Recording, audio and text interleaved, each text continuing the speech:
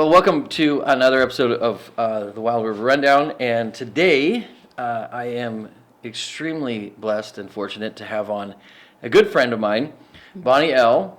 And so thank you, Bonnie, for coming on today. Yeah, thanks for having me. And the goal today is we're going to talk everything foster care, adoption, child related. Yes. So Bonnie currently works for Department of Health and Human Services in the Child Welfare Division. But there was a roadmap that got you to where you are, and we'll get into that. Okay. But first, we always like to start off with a little bit about you. So tell us about Bonnie Ell. All right. Well, I'm Bonnie Ell. I grew up in Billings, Montana, and loved living in the Big Sky country. Ended up graduating from Rocky Mountain College in Billings with communications and Spanish degrees. And then... You speak Spanish? Sí. Wow. Okay. All right. Yeah, I lived in Spain my sophomore year of college, so that's what helped me really become more fluent. But it's been a few years, that I've put it into practice regularly, but yeah. Okay. All right. Continue on. Sorry for interrupting. So I had always wanted to move to Oregon, and so after college, moved out to Oregon, met my now husband who grew up in Brookings, and that's what brought us back to this area. Love living on the water, on the Chetco, and the ocean. We've been here for 16 years now. Wow. Yeah. That's awesome. Yeah. So full disclosure, we have daughters that are essentially best friends. Yeah. And they play every sport together. And in our most recent podcast, that'll be coming out soon, we had Mike Hamilton on. Okay. So for those that Mike was both Sarai and Mackenzie, our daughter's football coach. Yes. And I told him how he had the moms very nervous in the stands every game. Yeah, I love that they got to check that off their life list and play some tackle football. Yeah. In 7th grade. But I'm ready for her to move on to volleyball. You're done with that. Got it. Okay. So you got to Oregon about 16 years ago. 20 years ago, but Brookings 16 years ago. Yeah. Oh, okay. Yeah, I lived in Portland first. Oh, gotcha. Yeah. All right. So your degree in background is in Spanish. And communications. And communications. Okay. Yeah. So how did you get into working with the youth? Yeah, so I began my career with the American Cancer Society, which was near and dear to my heart after having lost my sister-in-law in her early 20s to cancer. So I worked for them for 11 years, started in the Portland metro area, and then worked remotely along the coast, staffing Relay for Life events, and just did a lot of community engagement work, and which I loved that. And then after 11 years, they had a big kind of round of transitions, and so that led me into work here on the coast with Advanced Health, which is one of our coordinated care organizations. And so I did community engagement work for them, and that opened the door to, I saw on our community engagement budget line, we had a program called Every Child, and I had just become familiar with that program a bit because I was getting involved as a CASA, which is a court-appointed special advocate. The foster care system just started, it was on my heart. I was hearing stories, I realized there was a need, and so I was like, okay, this money's gonna go to waste unless we get to work and get people around the table to form a committee. And so that's what, thankfully, I was able to do through my work with Advanced Health. Got a planning committee started, which snowballed and evolved into the nonprofit that is now Every Child Curry. Nice. Yeah. So you've always been cause-driven. Yes. Is it safe to say? Yeah, cause. I'm kind of a helper type. I want to be doing work that I feel is making a difference and helping people. Yeah. So interesting story. I just got to do a little background. So obviously my background is working with at-risk youth, but not just at-risk youth. One of the programs that we ran, we had a shelter that had we had 100 kids in our shelter. Wow. It was, it's big. crazy. And And so to see that, there was two different sides. That we had this behavior modification side, court appointed kids, court adjudicated kids, and then you had the shelter side. And it was it definitely is hard, right? It pulls on your heart really hard. And when we got to Curry County, and I was the juvenile director, I started talking with a lot of the fostering agencies and CASA and things of that nature, and realized that there was not a lot. So we were asked to help with recruitment and retention, and so we started this camp. I don't know if you know. Lobster Creek? Yeah. Well, I have an interesting follow-up to that. But I Okay. love that you were involved with the inception of it. We started it. Okay. Mary and I. I don't know if you knew that. I didn't. No. So we started that the entire thing. We started organizing it and heading it up, and it was really cool. We had foster families from Curry and Coos, and we basically just tried to do summer camp for the families Yeah. and the kids. Tie-dye T-shirts and Yep. polar plunges and all the camp things. Yeah. Campfire songs and because at the time we were like, I want to say we had 7 foster families in Curry, and we were sending a lot of youth out of network, out of county, so out of their support system, which you'll explain better than I will, but there's several components to really assisting our foster youth. When we can keep them in the community that they know, in the schools that they're comfortable, Yeah. with teachers who know them, that is like, those are X factors. Yeah. It reduces the trauma. And their risk, Right. right? And so when we have to move those youth out of the area because we just don't have a place for them, now they got to go, and everything is new. Right. That is extremely troubling. So, Mary and I we were in the adoption process for a youth that was in one of our programs, and he had been in 13 foster homes in 12 years. His family actually left him at a truck stop when he was a baby. And so, That's so sad. but he's amazing. He's an adult now. He's an adult. He's in corrections. He works in corrections. He's got a family. He's married. He's doing fantastic. Yeah. His sister stepped up. His oldest sister stepped up and took him, and it was, the greatest thing ever. And we were able to stay connected, and he was able to come with us and hang out on the weekends and do the thing. But he's so resilient. He's literally the most resilient person I know. Yeah. Because, adverse scenarios, I was raised by several people, not my parents. And, it's not the end of the world as long as, I think a lot part of it is as long as it's not treated as the end of the world. But you have an opportunity to kids are so resilient. Yeah. They're wildly resilient, they're pliable. But a lot of that comes with, the brain development and portions. But the in my opinion, the least we can disrupt everything, the better off they're going to be. Yeah. Right? And like we've learned from adverse childhood experiences, like if kids just have one supportive adult in their life, right?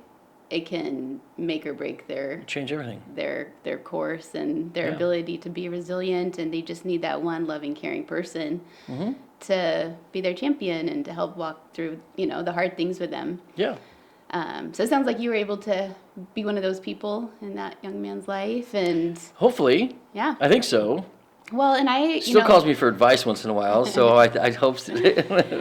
but like you were saying, with, children who have to leave the county, what I really like to do for myself is think of it like, what if this was my son or daughter, And so if we really put ourselves in their shoes or in the parents', shoes whose child has been taken from their care, like, what would we want to have happen to our children? And we would want them to be with a relative or a family friend, first or foremost. And for sure, we would want them to stay in the community so we'd be able to visit them and maintain connection and close relationship whenever possible. So that is really the goal. And absolutely for siblings to be together if possible. That's huge. And unfortunately, that's not the case in Curry County right now. Thankfully last year we were able to get a couple new resource homes, foster homes. Resource home is the new term for foster. Okay. So a resource parent, a resource home, we're asking them really to be a key member in the goal of reunification whenever that's possible. And so they're a resource for the child in care, a resource for the family during reunification, to help kind of bridge that gap and maintain connection whenever possible. And so right now in Oregon, there's a goal of relative placement first and foremost. And that's really always been the case in Curry County. The term, like the definition of relative is really expanded. So that could be a close friend or family that's not blood related, but they call auntie or uncle. That could be a neighbor, a friend, a teacher, anyone that the child has a previous relationship with. A lot of grandparents, though. A lot of grandparents raising Yeah. their grandchildren. Yeah. And so we are starting a support group for grandparents who are parenting a second time around so they can have that connection with each other. So That's good, because one of the things, and if you ever need, I would be more than willing to assist in a behavior modification course with some of them. What we found when we were in the juvenile world, so a significant portion of our youth are raised by our grandparents, especially in our community. It's an elder community.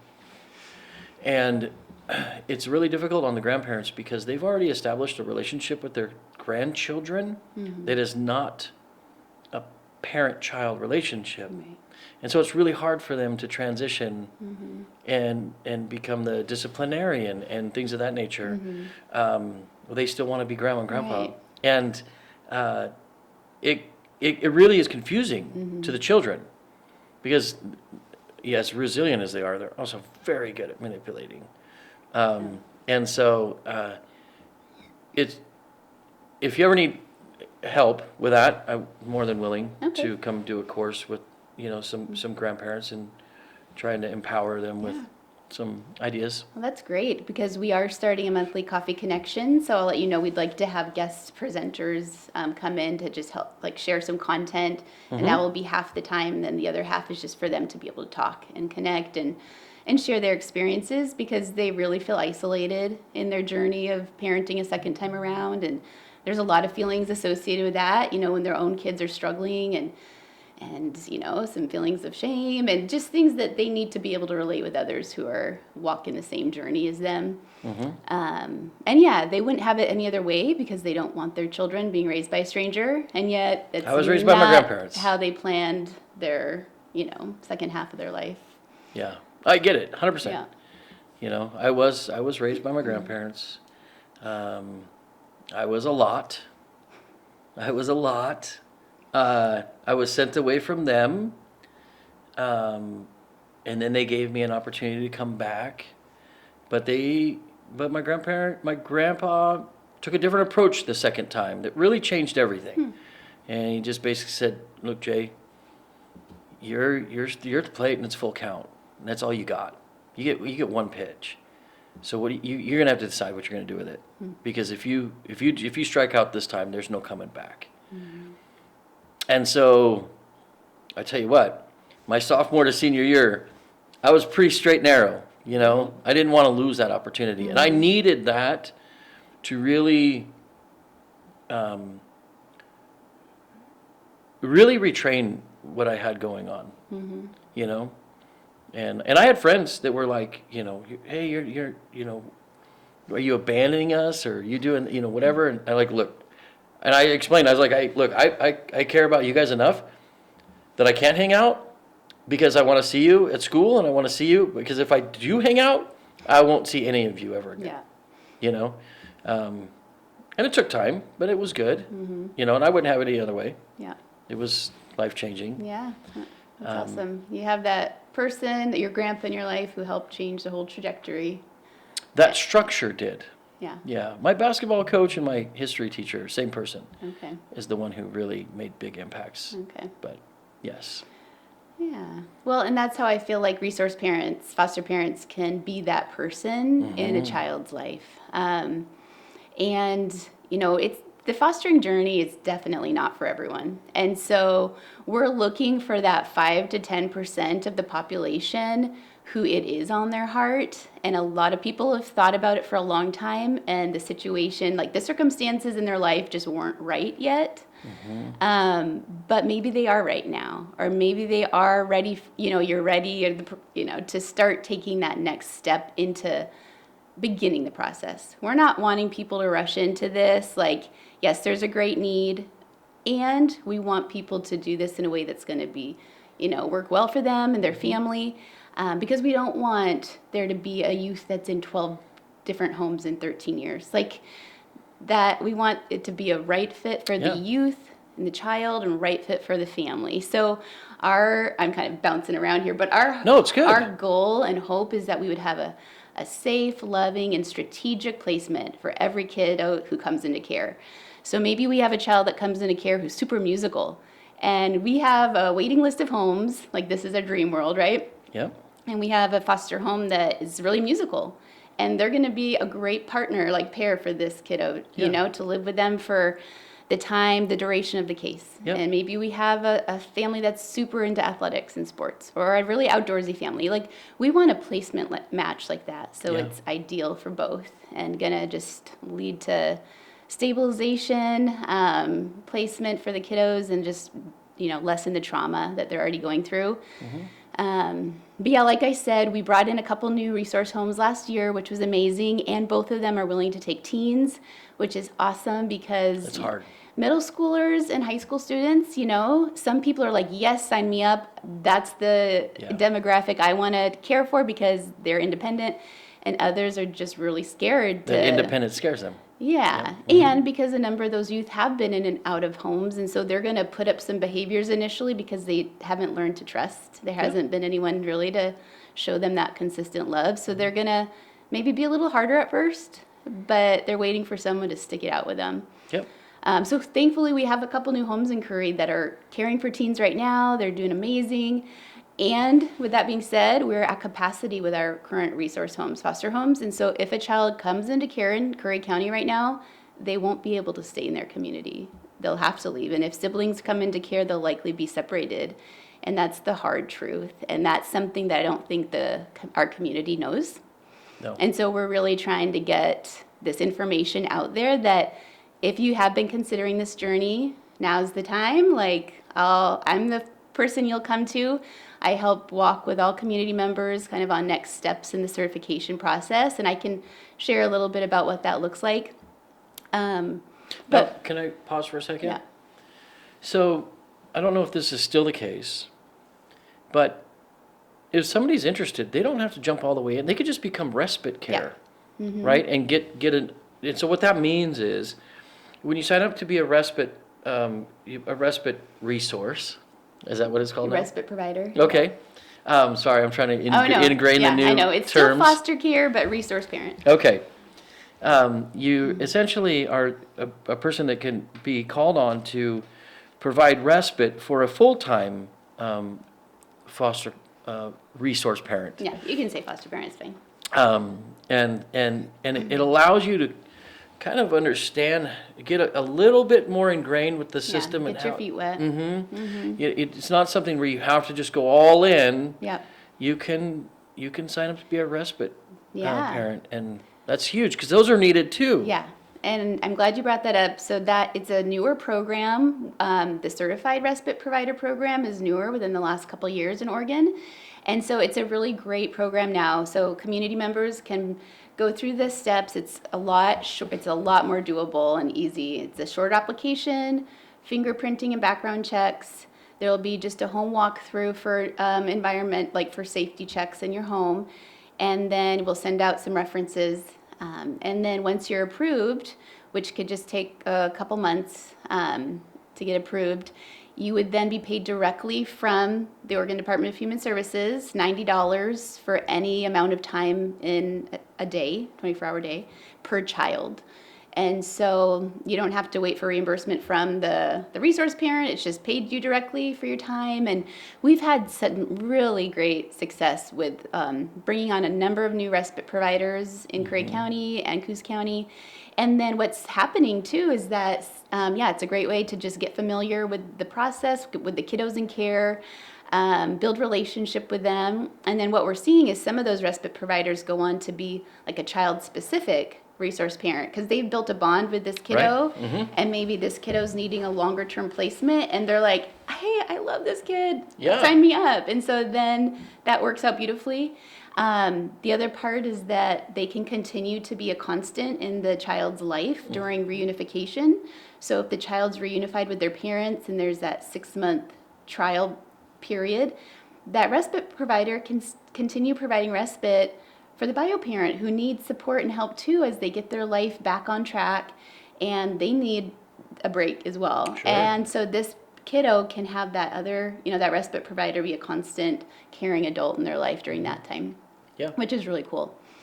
Respite provider is an awesome option for getting involved without jumping right into the full Right. fostering journey, which can take anywhere from 4 to 6 months to become certified. So if someone says, yes, I'm interested, it's going to be a while before you're actually ready to take kiddos in. And there's quite a bit of training involved, and, Sure. just a big certification process involved with that. But the Every Child program also has other opportunities, which I love so much about the Every Child program. So what they do is they mobilize the community and find all these various on-ramps for people to get involved, which was great for me because we weren't in the position to foster when I first, got involved with wanting to do something, but I was able to do something through the Every Child program. So they have a My Neighbor Tangible Needs program. So as needs come in, kiddos come into care, they often come in with just the clothes on their back. And so they'll put out an ask to the community on a public-facing website, said, hey, this kiddos needs shoes, clothes. It's going to be a while before they get a clothing voucher. So community members can help meet those tangible needs, which is really cool. They can help provide diapers, wipes, bedding, blessing items like a bike or a scooter, Sure. art lessons. So that's a really neat way to get involved. There's also in Brookings, we host a tutoring enrichment program. I say we, it's the Every Child program. And it's so cool. They have a partnership with the school district, so they bus transport kiddos in care from school directly to the tutoring site. Once a week for 2 hours. They get one-on-one tutoring with a community volunteer, and the second hour they get an enrichment program. They get to learn life skills like gardening, baking. They did some woodworking, made like bird Yeah. houses. And so that's a great way for community members to get involved. They can share a life skill. Yeah. And Fishing. Fishing, anything. You could do whatever. Yeah. So that's a great way for people to get involved. We also have foster parent night out that Every Child is starting up. And so once a month, community members can sign up to be a foster parent night out volunteer and just hang out with kids for 3 hours. And that's how they get to donate their time. A little bit of respite. The foster family can go to dinner. And yeah. So there's a lot of ways people can get involved. And we really believe that everyone has a seat at the table and that these kiddos are the community's responsibility really to help care for and show up for. Yeah. And so, and not everyone knows that, there's just so many ways to get involved and there is a need. So that's why I'm here. I want to just let the community know about these different opportunities that exist. So you said you had a fun story about Lobster Creek. Oh yeah. Sure. So in my role, it's neat because I don't carry a caseload. I get to work with all things to do with the retention and the recruitment of resource families, foster families between Coos and Curry. And so that can involve writing some grants and getting some unique things in place to help support foster families. So one of those is, I got a grief and loss support grant going so they can have that regular support and connection. And the other was getting a grant for camp. So I had heard that there was the Lobster Creek camp, and I actually attended that pre-COVID, while it was still going. I guess the last time that it was hosted. Yeah, we did it for 3 years, and then I think they continued it one following year. Okay. So that's, I think, the year that I attended, and it was super sweet. And then COVID shut everything down, and they didn't have camp for quite a while. And so 2 years ago, I was able to get a Ford Family Foundation grant. And we brought back summer camp for resource families. Sweet. And it became a tri-county camp. We included Douglas County, and that was at Kellogg Springs. Awesome. And then they closed down last summer, so we had to just host a day camp last year at Tugman State Park. But we were able to get Camp Myrtlewood on board this year. And so we have that going again for the tri-counties and have a whole South Coast Foster Care Alliance that's putting together the funding for that. So it's so cool. That's and good. I thought you'd be happy to know it's continuing Yes. to flourish, that we That's- have a camp in place for resource families and kids. That's fun. That's cool. Yeah. I'll never forget the last year that Mary and I headed that up. We were coming out of camp, and I was coming through. So we were leaving Lobster Creek. We were coming through Gold Beach. We were headed up Cape Sebastian, and I'll never forget because I look over to the east, and I see this giant plume. And I remember stopping and taking pictures, going, "What is that?" And it turned out to be the Checo Bar Fire. So we had no idea because there's no service up there at the time. Now they have Starlink and Yeah. they have some better service, but there was no service at the time. So we didn't have any idea that any of this was going on because you're just connected. Right. Connected, but disconnected from the world. Yeah. So that's awesome. We had 1 year, I think year number 2, we had just under 100 people. Okay. It was so fun. That's awesome. It was so fun. Yeah, and it's so important for kids to be around other kids who also can relate with them. Like, hey, like there are other kids like me right now who are in a hard place and Yeah. they're not being able to live with their parents, and then for resource parents, foster families to just have that camaraderie together and just have so much fun. And a bonding time and just making memories and for their summer and just really for their whole life. So Yeah. I love to know that you and Mary started that. Yeah. No, I'm happy to hear that it's still going. That's so cool. That's great. So one thing that I want to just make sure I hit on the gravity of youth, a youth's ability to emotionally mature is stunted when there's no safety. And every time they're moved from placements, that safety's put on pause until the youth finds that comfort zone with that new place. And, that can take a long time. Sometimes it never actually happens. People are in crisis. You got a family that's in a little bit of a crisis now. You got a child who's in a little bit of a crisis. And, I always say crisis is defined by a person's ability to cope being exceeded. And when a person feels vulnerable in that crisis, that's when behaviors really show themselves. And the behaviors is the after effect of what's really occurring. Right. But a lot of times it's the only thing we can focus on. We don't focus that the behaviors are being caused by a sense of being vulnerable. And getting angry at the behavior does not change the trajectory of the crisis. It enhances it, Yeah. right? And so then that's when you have a lack of safety all the way around. And it's why you guys have, really in-depth training courses, because parents need to know, that it's not always going to be, rainbows and daisies. It's going to be tough. It's going to be tough whether you're a relative. Yeah. I wasn't easy on my grandparents, for sure, and so, because the crisis doesn't change with the child when they move an environment. It only increases with the child. So, but it's that support and stability that really allows them to nurture and grow, and so you're doing good work. Thank you. Yeah, thank you. And yeah, we're really wanting to do our best to help equip parents, resource parents, foster parents for this journey, because there are many joys associated with it and many challenges. 100%. So one other thing that Every Child is doing, Mendy Hain, who's the director, and she's also just become a practitioner in TBRI, so that's trust-based relational intervention.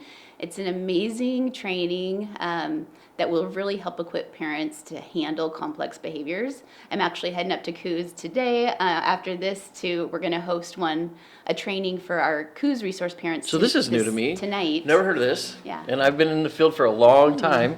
So give me a quick.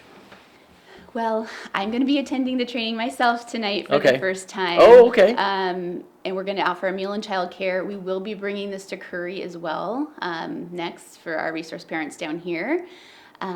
But yeah, she's going to be giving them kind of just much needed tools and tips and tricks for that kind of relational Trust-based intervention.